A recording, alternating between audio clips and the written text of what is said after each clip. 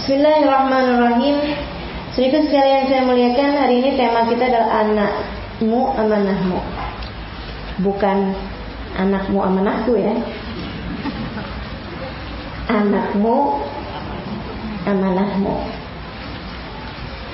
Jadi bukannya kita punya anak diserahin sama ustadzah, diserahin sama guru-guru dan kayaknya jadi anakmu amanahku. Ya teman-teman sekalian, anakmu amanahmu. Dia lahir darimu tapi bukan milikmu. Kamu tidak ikut-ikut serta dalam penciptaannya. Kamu gak ikut-ikutan mikirin hidungnya dari apa, bibirnya bagaimana, matanya kayak apa. Gak ikut-ikutan. Kamu bahkan enggak diajak rembukan saat Allah Subhanahu wa ta'ala mau menentukan jalan hidupnya. Kamu gak diajak diskusi ketika malaikat-malaikat meniupkan rohnya. Kamu gak ajak diskusi kira-kira mau lahir tanggal berapa. Gak ikut serta kamu. Kamu hanya diamanati, bukan memiliki. Kamu hanya diminta oleh Allah Subhanahu wa ta'ala untuk menjaganya sepenuh hati. Kamu hanya diamanati, saudaraku sekalian. Anakmu adalah amanah yang Allah Subhanahu wa ta'ala bebankan kepadamu. Dapat menjadi hadiah indah jika kamu dapat menjaganya sepenuh hati. Akan tetapi dapat menjadi bahaya yang akan memasukkanmu ke dalam murka sebelum neraka jika kamu tidak dapat menjaga mereka dengan sepenuh jiwamu, tidak menyayangi mereka, bahkan menelantarkan ataupun menyia-nyiakan mereka. Na'udzubillah min dzalik. Maka saudara sekalian saya muliakan, para ibu, para calon ibu, para nenek-nenek yang anak-anaknya bahkan sudah jadi ibu, perhatian bagimu untuk dapat menjaga anak-anakmu dengan sepenuh jiwamu, insya Allah. Apa yang harus kamu lakukan, apa yang tidak boleh kamu lakukan. Nah nih, yuk kita pelajari. Saya tidak akan membahas dari mulai masa kehamilan ataupun masa melahirkan, walaupun itu juga punya pengaruh penting bagi anak-anak kita. Namun waktu, biasanya kan kita kalau bahas, kalau seminar pendidikan anak nih dari pagi sampai sore, bahkan kalau perlu 2 hari ya. Nah ini cuman 1,5 jam, karenanya kemudian kita nggak akan bahas mengenai hal-hal yang seperti tadi telah saya sebutkan. Akan tetapi yang akan kita bahas adalah apa yang harus kita lakukan dan apa yang tidak boleh kita lakukan pada anak-anak kita. Dan insya Allah teman-teman saya sekalian, sepertinya saya hanya akan membahasnya dalam 1 jam, karena saya pengen juga membahas mengenai apa yang segera akan kita jelang, yaitu perayaan Maulid Nabi Muhammad SAW. Apa sejarahnya, apa fadilahnya, kenapa kita perlu merayakannya. Itu juga saya rasa merupakan perkara-perkara penting untuk kita bisa mengetahuinya, sehingga kita dapat melaksanakannya dengan sepenuh hati kita, sebahagia jiwa kita, insya Allah. Perayaan-perayaan Maulid yang akan kita segera jelang.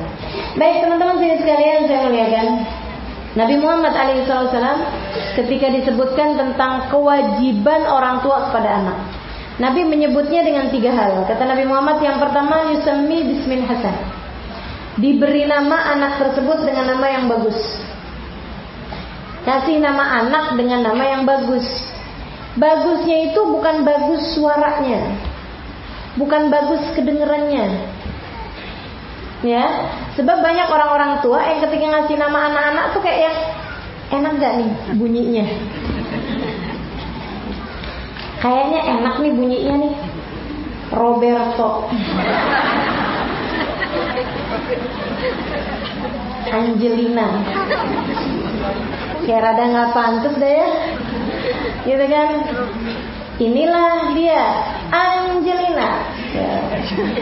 Pantas-pantasnya kan matanya rada bule gitu kan, biru gitu matanya. Nah ini keluarnya kulitnya sawo mateng, nggak pantas. Teman-teman sekalian saya muliakan, terus kasih nama yang bagus tuh nama yang kayak gimana?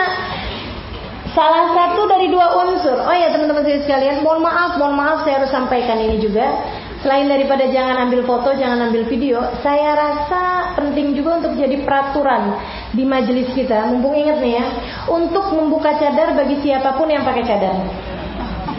Setuju? Saya juga pakai loh. Tapi kan kalau semuanya perempuan, nah kita buka.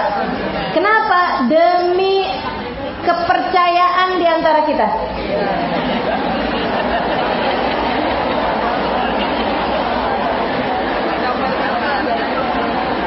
Mohon maaf, demi adanya rasa saling percaya di antara kita. Setuju?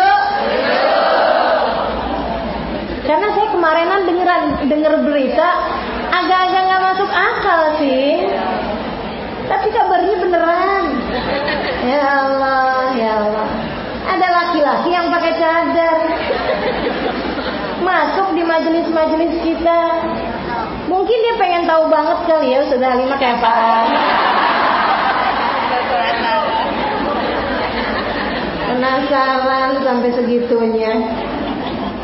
Jadi sekali lagi saya mohon, saya harap dengan penuh kerendahan hati untuk melepaskan cadar bagi siapapun teman-teman yang menggunakan cadar. Ya sekedar itu aja ya, sekedar adanya kepercayaan. Jangan sampai ternyata pas dilihat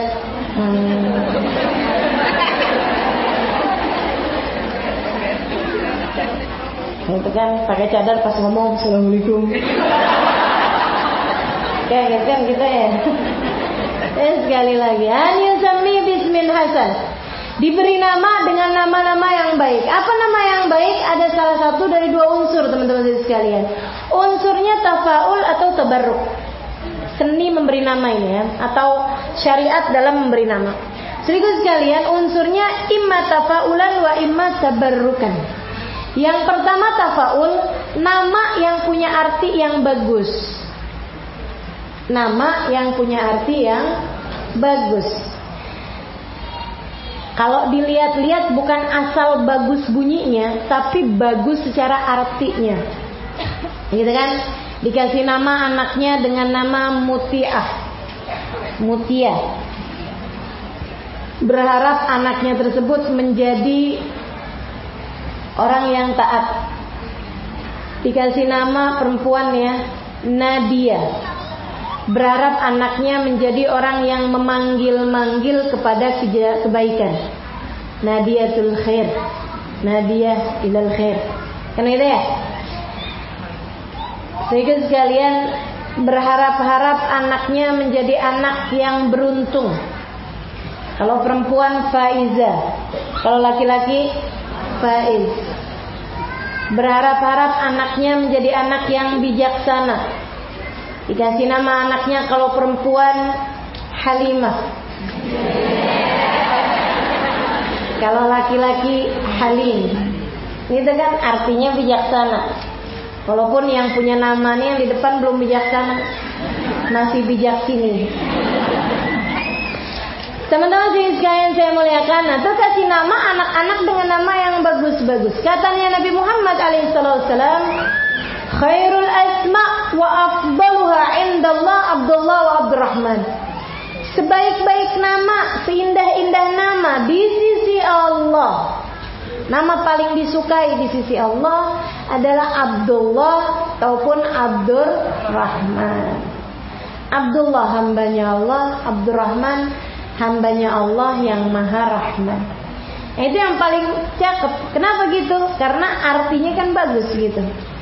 Nah ini berharap-harap semoga anaknya menjadi seindah-indah hambanya Allah, menjadi hamba Allah yang paling menghambakan diri kepadanya. Gitu. Nah itu tinggal di depannya dikasih nama abad, silakan pilih dari Asmaul Husna. Sudah anak saya banyak, laki-laki semuanya, nggak apa-apa, nggak bakalan 99 ini. Abdullah, Abdurrahman, Abdurrahim, Abdul Malik, Abdul Kudus. Panjang bener. Udah 99, Abdus Sobur. Jadi teman-teman sekalian saya muliakan, nama-nama yang bagus ada unsurnya tafaulan.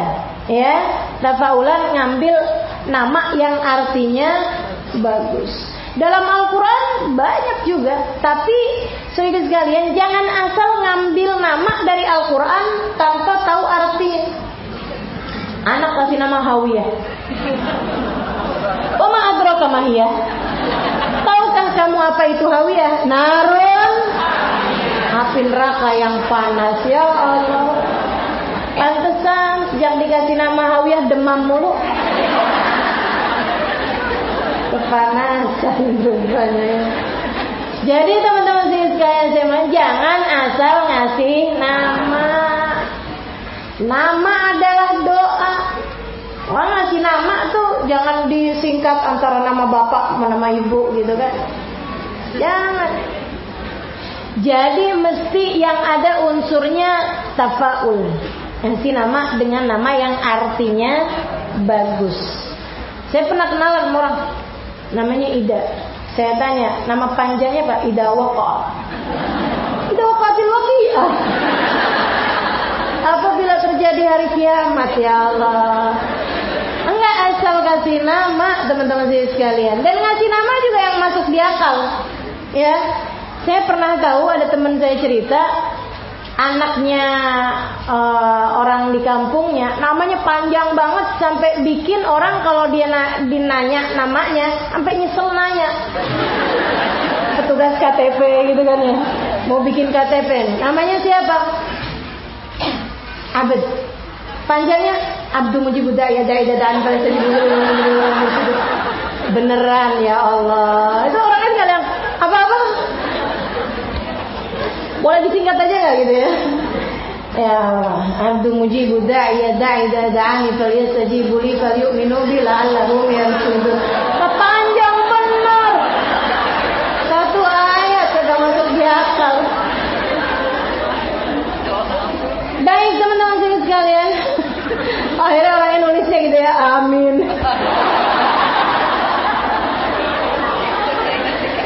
La ilaha illallah. Jadi teman-teman sekalian, yang pertama kasih nama dengan nama unsur tafaul. Yang keduanya unsurnya tabarruk. Nah, apa tuh tabarruk? Memberi nama dengan nama yang sama dengan orang yang pernah punya nama dengan nama tersebut, berharap anak itu menjadi seperti orang itu. Misalnya, ngasih nama dengan nama Muhammad, berharap anaknya menjadi seperti Nabi. Apanya? Cakepnya, akhlaknya, ibadahnya, mulianya. Makanya kalau ditanya tentang apa nama yang paling bagus buat kita kasih nama anak-anak kita, kalau unsurnya tafaul namanya adalah Abdullah, kalau unsurnya tabarruk namanya adalah Muhammad sallallahu alaihi wa ala alihi wa sahbihi wasallam. Teman-teman sekalian saya muliakan, atau nama-namanya orang-orang yang mulia lainnya, nama-namanya Nabi. Oh, dari Adam sampai Nabi Muhammad 25 nama tuh ya. Kemudian lagi nama-namanya sahabat, Khulafaur Rasyidin, Abu Bakar, Umar, Utsman, Ali. Nama cucu-cucunya Nabi, cakep-cakep tuh kan, Hasan, Husain. Sehingga sekalian saya muliakan, beri nama anak-anakmu dengan nama-nama yang bagus-bagus. Kalau perempuan, ya sama juga. Beri nama dengan nama perempuan-perempuan solehah sebelum kita, atau di zaman kita. Kasih nama anak perempuan kita dengan nama Hawa. Kasih nama anak kita dengan nama Sarah, Hajar. Kan banyak kan? Kasih nama anak kita dengan nama Maryam, ibundanya Nabi Sayyidah Maryam, Hanna. Saudara sekalian saya muliakan, kasih nama anak kita dengan nama perempuan-perempuan solehah yang hidup di zaman Nabi kita Muhammad alaihissalam. Khadijah, Aisyah, Fatimah, kemudian Ummu Kalsum, Ruqayyah, Zainab. Banyak tuh. Apalagi kemudian nama-nama perempuan-perempuan di zamannya Nabi Muhammad alaihissalam. Sulaim, Ummu Habibah, ya. Teman-teman sekalian, Aminah, ibunda Nabi Muhammad, atau Halimah, ibu susu Nabi Muhammad alaihissalam. Gitu kan? Jadi nih nama Halimah boleh punya unsur tafaul, boleh pula unsur tabarruk. Biar kayak Sayyidah Halimah As-Sa'diyah, perempuan kampung tapi beruntung. Makanya saya kayaknya kayak gitu. Perempuan kampung yang beruntung. Alhamdulillah. Kita akan menjadi seperti nama kita. Al-isim alal musamma. Nama itu adalah seperti yang dinamakan, sesuai dengan maknanya, sesuai dengan arti. Jadi jangan asal-asal. Anak dikasih nama Murrah. Apa tuh artinya? Pahit. Nggak asik bener ya. Jangan, teman-teman sekalian, jangan. Lagi pula, kalau kamu udah ngasih nama anakmu dengan nama yang bagus-bagus, panggillah dengan panggilan yang baik. Panggillah dengan panggilan yang baik, teman-teman sekalian. Jangan kemudian dipanggil sampai bikin nggak jelas. Namanya Abdullah, panggilannya Dul. Gitu ya. Namanya Muhammad, panggilannya Matt. Ya Allah, nggak gitu lah, gitu ya. Kita kasih nama yang bagus, dipanggil pula dengan panggilan yang baik. Insya Allah. Sehingga sekalian saya muliakan, tuh kata Nabi, nama penting tuh. Anakmu amanahmu, yang nomor satu adalah pemberian nama. Ustazah udah terlanjur nama anak saya nggak bagus, ternyata Ustazah artinya gimana nih Ustazah? Yaudah, mumpung belum terlambat. Belum terlambat tuh belum kapan? Belum dipanggil di akhirat. Belum dipanggil menghadap Allah Subhanahu wa taala, artinya masih hidup, kau masih berkemungkinan untuk ganti nama. Daripada kalau jelek banget teman-teman saya sekalian, mendingan ganti aja. Nah ini ya, kata Nabi Muhammad SAW, "Sammu auladakum bismin hasan, fa innahum sayunadawna yaumal qiyamah bi asma'ihim." Kasih nama anak kamu dengan nama-nama yang bagus, karena mereka akan dipanggil sesuai dengan nama-nama tersebut di akhirat nanti. Jadi kalau namanya jelek nanti malu di akhirat. Iblis. Wow. Jangan ya. Jadi kasih nama dengan nama yang bagus. Kemudian yang kedua, teman-teman sekalian, katanya Nabi Muhammad SAW, kewajiban orang tua kepada anak. An yu'aq, untuk diakekahkan. Anak laki-laki 2 ekor kambing, anak perempuan 1 ekor kambing. Boleh nyicil nggak sih? Nggak boleh. Nyicil gimana? Anak laki-laki 2 ekor kambing, saya baru bisa kebeli 1 ekor kambing, berarti udah setengah akekah. Boleh nggak? Nggak boleh. Nggak boleh. Ntar nyicilnya kebanyakan lagi. Hari ini kepalanya dulu. Ntar besoknya beli daging kambing pahanya. Ya, nggak boleh teman-teman sekalian. Jadi kalau anak laki-laki 2 ekor kambing disembelih, kalau anak perempuan 1 ekor kambing disembelih.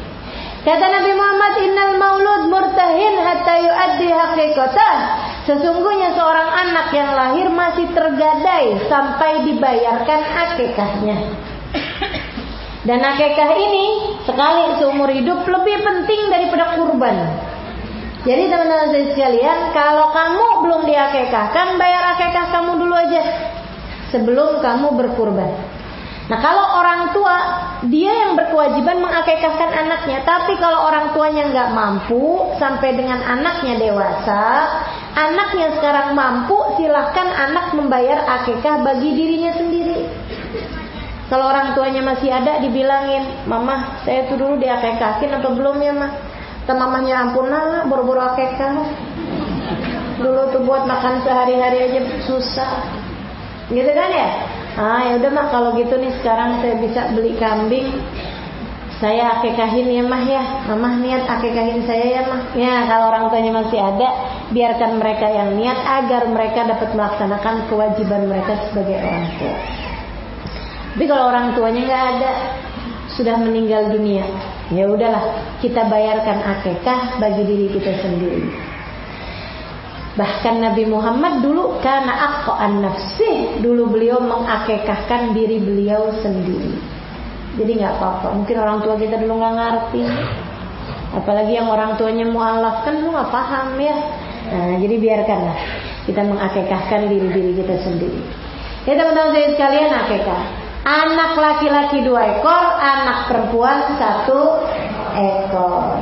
Kenapa gitu Ustazah? Kok ada perbedaan inian gitu? Memang Allah Subhanahu wa taala sudah memberi isyarat tentang masalah hak waris juga.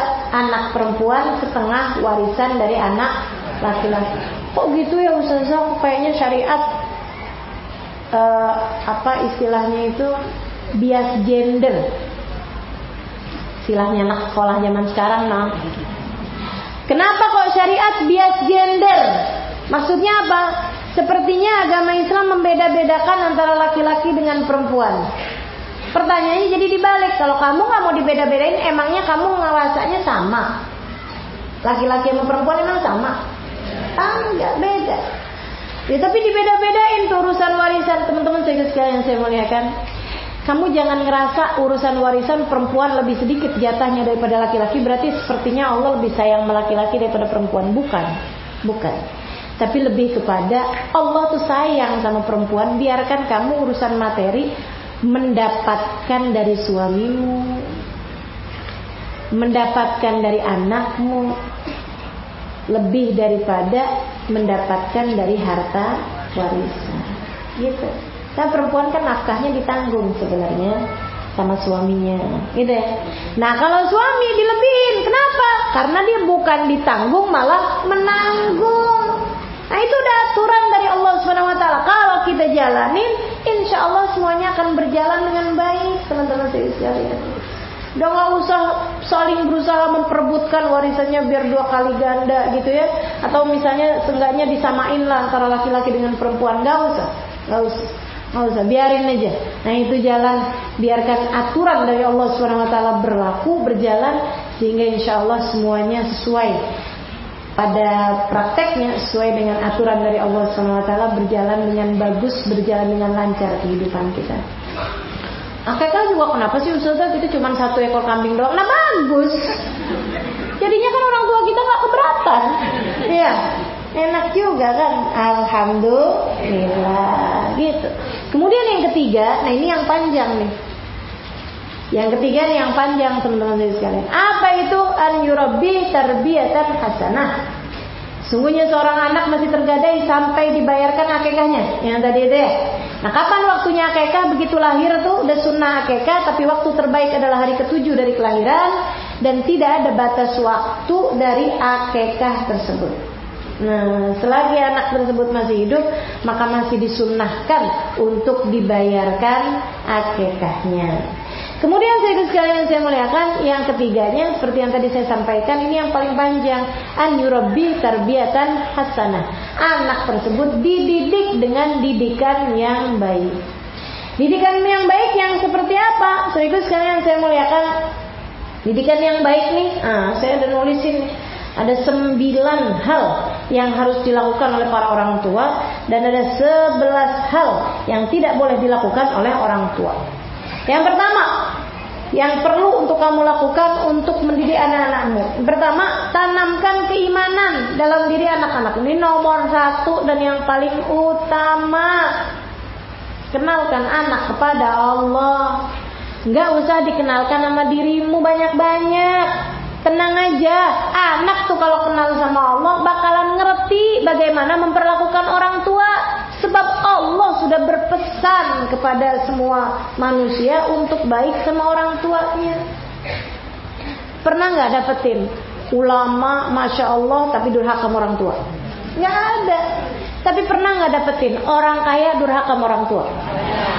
Banyak gitu, ada. Yang ngomong gak kaya kesini. Pernah gak dapetin orang miskin durhaka sama orang tua? Ada tuh. Ya Allah. Teman-teman sekalian saya muliakan. Jadi tuh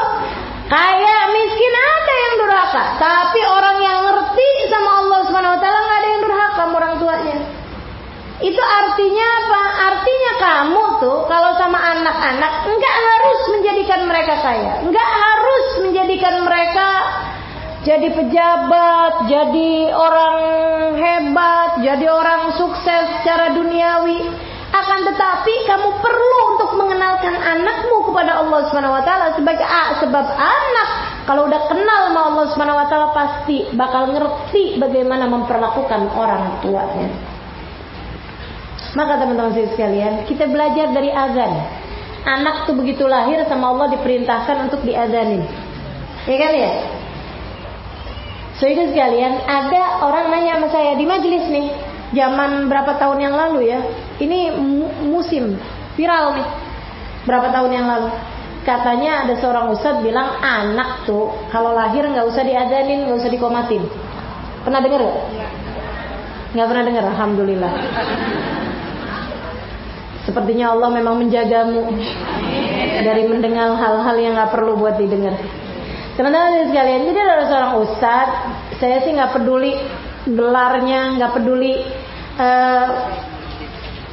pangkatnya dari sekolah ya, gelar-gelar itu ya, apapun aja. Tapi kalau menyampaikan sesuatu yang tidak sesuai dengan syariat, kita menganggapnya sebagai bukan orang pandai, betul? Sehingga sekalian saya muliakan, dia bilang nggak usah anak lahir diadanin, dikomatin. Ngapain? Hadisnya dhaif. Katanya nih, jadi yang perlu anak kalau lahir gitu aja, kayak kucing gitu. Enggak, dia bilang perlu buat disyahadatin. Jadi anak begitu lahir, la ilaha illallah Muhammadur Rasulullah, dah cukup.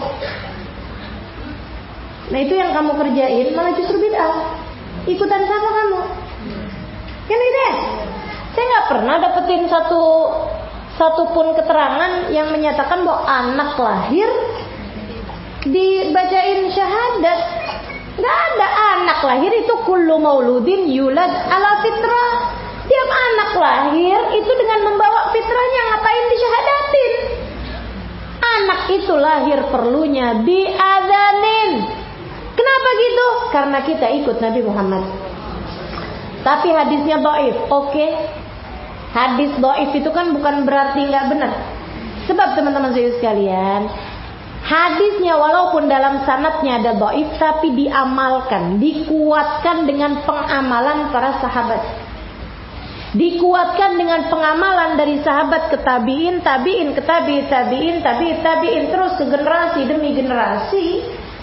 Kakek-kakek kami, ayah-ayah kami terus ke atas yang bersambung kepada baginda Nabi besar Muhammad sallallahu alaihi wasallam. Anak lahir selalunya diazanin, dikomatin.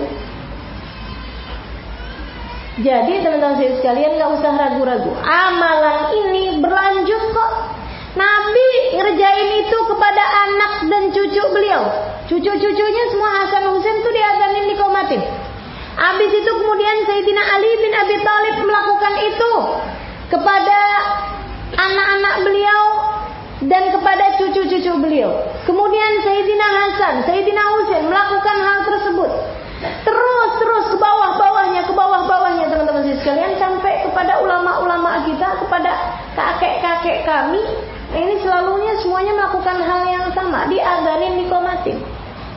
Si ustadz yang tadi tuh ngomong begini lagi, lagian ya, anak diazanin, emangnya dia bisa sholat?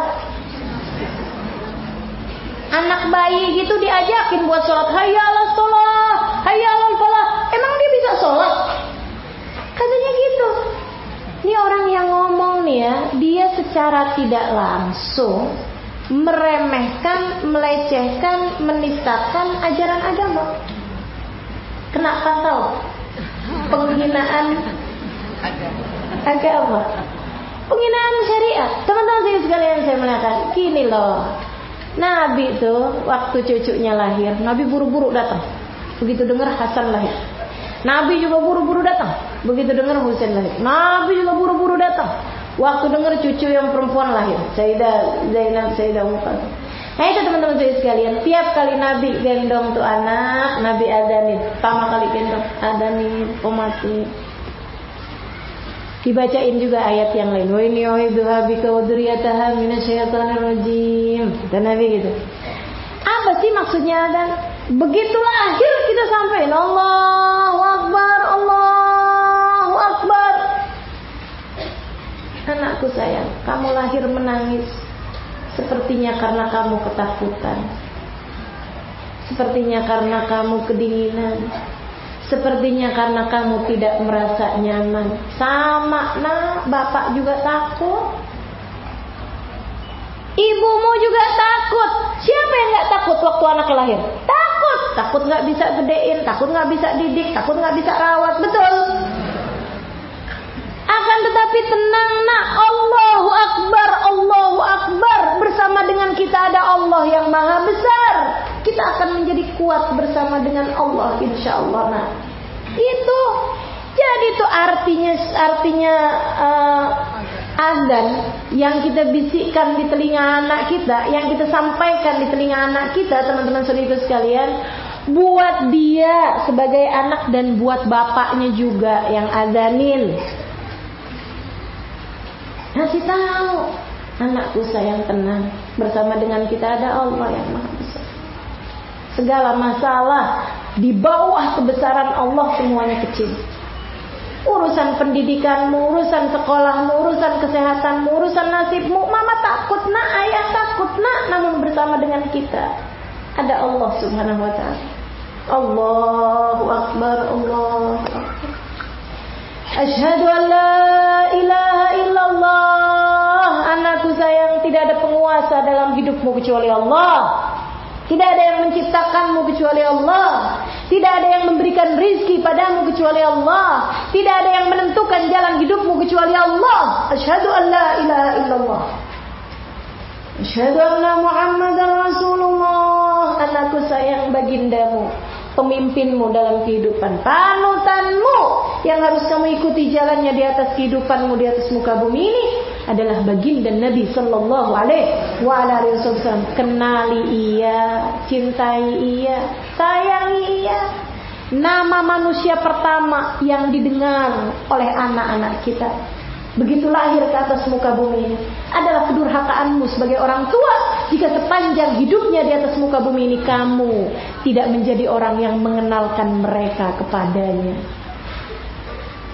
Kamu malah ngenalin anak-anakmu kepada pejabat. Anakmu lebih kenalan nama pejabat, pemain bola, artis sinetron, penyanyi-penyanyi daripada Nabi Muhammad alaihi wasallam. Alangkah durhakanya dirimu.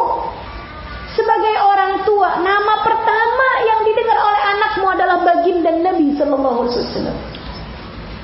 Bagaimana mungkin dalam hari-harinya tidak ada namanya yang kamu sebut-sebut bersama dengan anakmu tersebut? Sebutin dong, kenalin dong, kasih tahu. Kalau anak bisa ngomong tuh, mama, kamu waktu kecil, waktu saya bayi, sebut Nabi Muhammad sebagai nama pertama yang saya dengar di telinga saya. Kenapa sepanjang hidup saya tidak pernah mendengarmu menyebut-nyebut namanya? Saudariku sekalian yang saya muliakan, syahadu anna Muhammadan. Hayya 'alas shalah, marina menuju salat.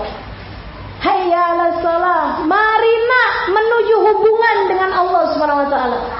Marina menuju taat kepada Allah Subhanahu wa taala. Marina menuju patuh kepada Allah Subhanahu wa taala. Sebab salat artinya taat. Sebab salat artinya hubungan. Marina memiliki hubungan sama Allah Subhanahu wa taala. Hayya 'alas shalah. Itu semacam ikrar bagi para orang tua bahwa akan mengajak anaknya menuju ketaatan. Akan mengajak anaknya menuju ketaatan. Maka orang tua durhaka adalah orang tua yang justru malah mengajak anaknya dan memperkenalkan mereka kepada kemaksiatan dan dosa-dosa. Anaknya dikenalin bohong.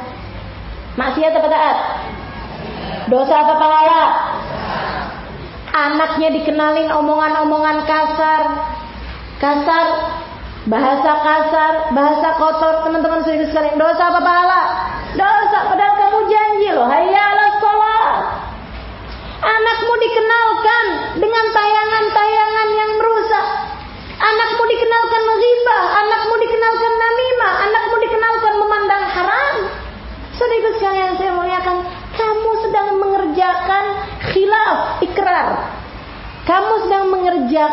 sesuatu hal yang bertentangan dengan janjimu di saat anakmu lahir. Hayya 'alas shalah, kata. Mari nak kita bergerak menuju kepada ketaatan. Mari mengerjakan taat kepada Allah Subhanahu wa taala. Saudara sekalian saya muliakan, ajarin anak buat kebaikan-kebaikan.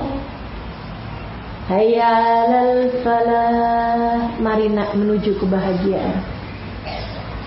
Maka orang tua yang mukul anak, orang tua yang keras sama anak, orang tua yang kerjanya marahin anak mulu, dia sedang lupa kepada hayya 'alal falah yang disampaikannya di telinga anak di masa kecil. Sebenarnya teman-teman sekalian, cara mau mendidik anak sudah Allah sampaikan semua dalam adzan yang kamu sampaikan di telinga anakmu ketika lahir. Kamu mengajaknya kepada ketaatan, kamu mengenalkannya kepada Allah yang pertama, kamu mengenalkannya kepada Rasulullah yang kedua, kamu mengajaknya kepada ketaatan yang ketiga, kamu mengajaknya kepada kebahagiaan hidup, kasih sayang yang keempat ini. Allahu Akbar, Allahu Akbar, la ilaha illallah. Kamu kecil, tenang nak, Allah Maha Besar. Nanti kamu dewasa, tenang nak, Allah Maha Besar. Terakhirnya la ilaha illallah, agar dia diakhiri kehidupannya nanti juga dengan kalimat la ilaha illallah. Gitu. Jadi teman-teman sekalian saya muliakan, cara didik anak udah kamu sampaikan tuh saat azan di telinganya. Udah nggak usah kemana-mana, ikutin aja jalur itu. Jadi yang pertama menanamkan iman dalam hati anak-anak kita, kenalin sama Allah. Anak-anakmu tuh nggak usah dikenalin sama dirimu banyak-banyak, nggak usah. Kamu waktu lahir juga nggak ngasih tahu, nah bapakmu namanya Fulan, nah ini ibu kamu loh yang cantik ini, nama saya Fulan, itu Fulan, nggak ada. Kita nggak disuruh sama Allah buat ngerjain hal-hal yang seperti itu. Kita disuruhnya buat bawa anak kita kepada Allah, teman-teman sekalian. Saya lihat guru-guru saya, orang-orang hebat-hebat ini, ngenalin anak kepada Allah luar biasa benar caranya, masya Allah. Ada satu guru saya, kalau pagi-pagi tuh sambilan sarapan ngasih tahu anaknya, bilang nak, ini makanan mama sih yang masak, tapi sebenarnya bukan dari mama memasak doang. Di siapa mah? Dari bapak, dari ayah mah, kan ayah yang cari duitnya. Oh enggak, ya mah cari duit doang. Bukan dari ayah, bukan dari mama. Dari siapa? Dari Allah nah. Gitu. Mama cuma tinggal iniin doang. Rezekinya gampang datang pada mama tinggal masak. Tapi semua rezekinya dari Allah. Ini beras nih nak nih, kalau Allah nggak menumbuhkannya di atas muka bumi ini, kita nggak bakalan bisa makan. Ini airnya nih nak, kalau Allah nggak turunkan hujan, nggak sumberkan dari tanah, dari mana kita bisa dapat air? Ini nih nak, ikan nih nak nih, kalau Allah tidak menghidupkannya di dalam lautan-lautan kita, nggak akan bisa terhidang di meja makan kita. Ini nak sambal nih nak, kalau cabenya nggak di kenalin anak sama cabe ya. Ya, jadi teman-teman sekalian, semuanya dari Allah Subhanahu wa taala. Apa yang darimu? Apa yang benar-benar darimu? Enggak ada. Dari Allah semuanya. Kita bilangin, nak, ini rezeki dari Allah. Allah mau lihat bagaimana caramu bersyukur atas rezeki tersebut. Jangan enggak dihabisin. Kalau ngambil jangan banyak-banyak makanya. Kan begitu ya? Nah itu.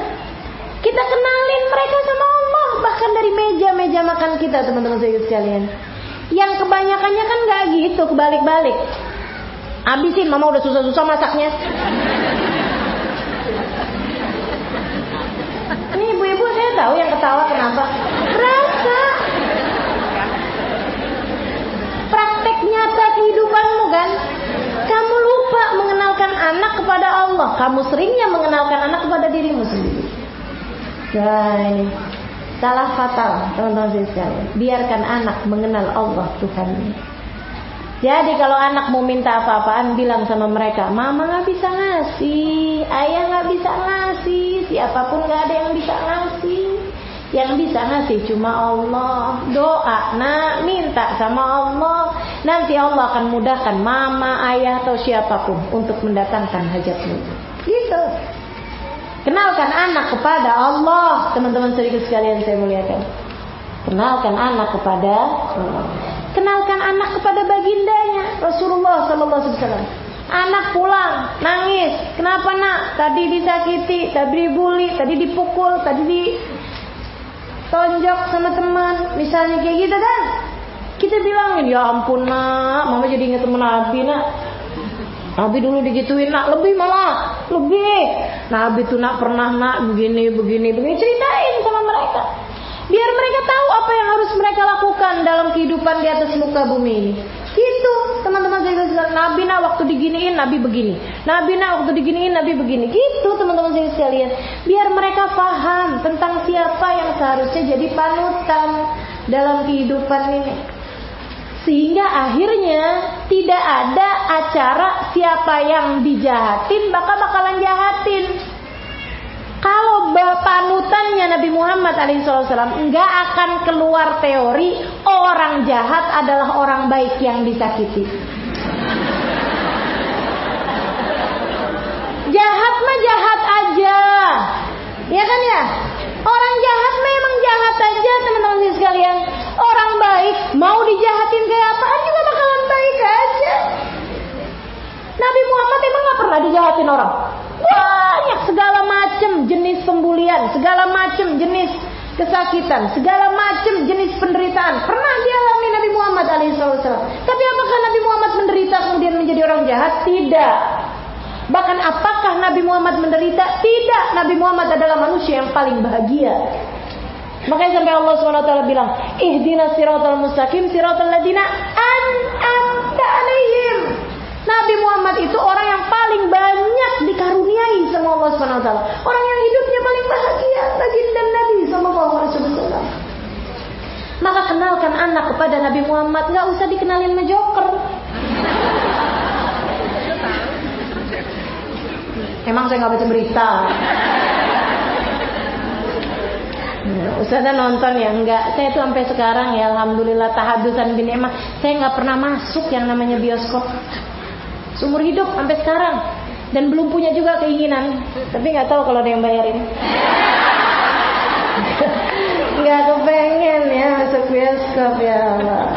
Jadi teman-teman saya sekalian, saya muliakan, tuh yang pertama kali kamu harus lakukan, tanamkan keimanan. Biarkan anak dekat sama Allah. Biarkan anak merasakan kehadiran Allah. Biarkan anak kenal sama bagindanya Nabi besar Muhammad.